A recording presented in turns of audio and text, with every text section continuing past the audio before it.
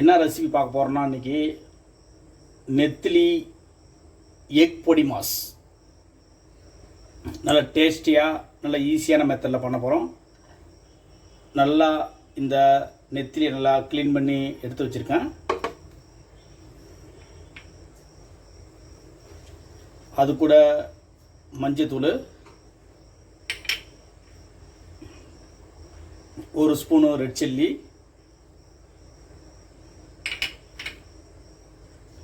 ஒரு அரை ஸ்பூன் மிளகுத்தூள்,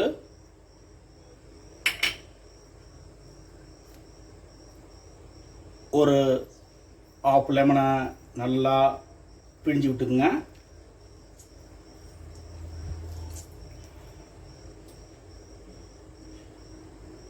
அதுக்கு தேவையான சால்ட்டு. இப்போது இதை நல்லா மிக்ஸ் பண்ணிக்கலாம்.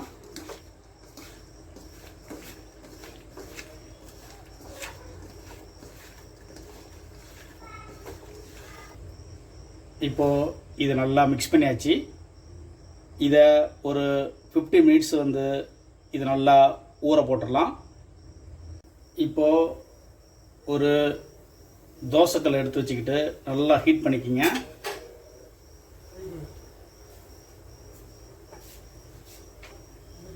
ஆயில் ஆட் பண்ணிக்கிங்க.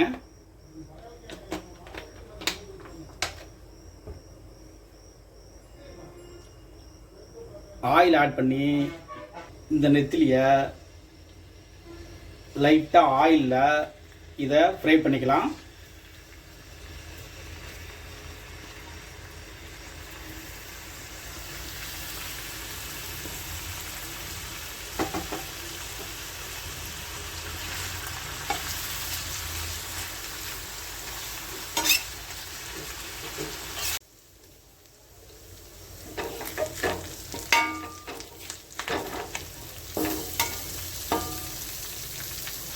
இதில் லைட்டாக ஃப்ரை பண்ணாலே நல்லா அது வெந்துடும்.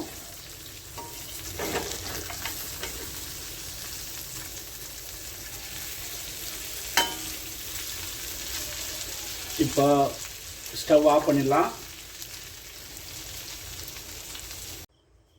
இப்போ என்ன பண்ணணும்னா, இதில் இருக்கிற இந்த சதை பாட்டை மட்டும் தனியாக எடுத்துகிட்டு போகிறோம்.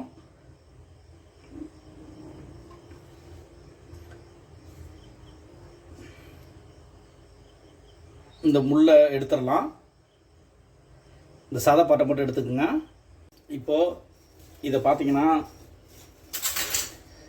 நல்லா அந்த முள்ளெல்லாம் எடுத்துகிட்டு நல்லா அந்த சதை பாட்டை மட்டும், நெத்தினுடைய சதை பாட்டை மட்டும் நல்லா எடுத்து வச்சுருக்கேன்.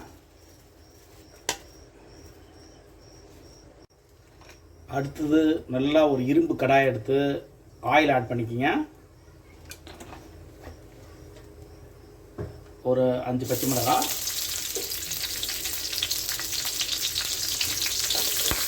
நல்லா ஆனியன் நல்லா பொடியாக கட் பண்ணி வச்சுருக்கேன். அந்த ஆனியனும் இது கூட ஆட் பண்ணிக்கிங்க. ஃப்ரை பண்ணிக்கிங்க. அது கூட கொஞ்சம் கருவேப்பிலை,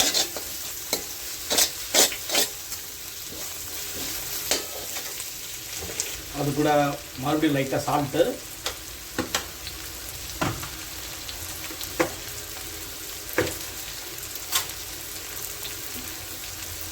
கொஞ்சம் மஞ்சத்தூள்,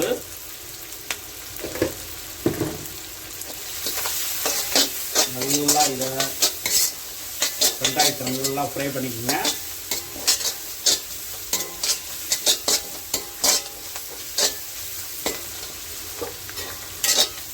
ஃப்ரை பண்ணிவிட்டு அது கூட ஒரு 4 முட்டையை ஆட் பண்ணிக்கோங்க.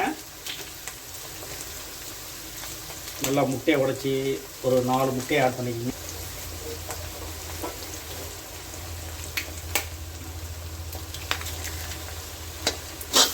முட்டையை ஆட் பண்ணி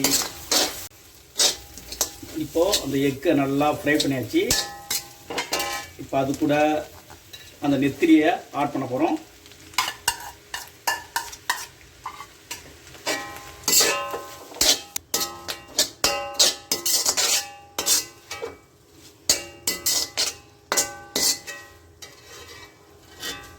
இப்போது சூப்பராக நெத்திலி எக் பொடிமாஸ் ரெடி ஆகிடுச்சு.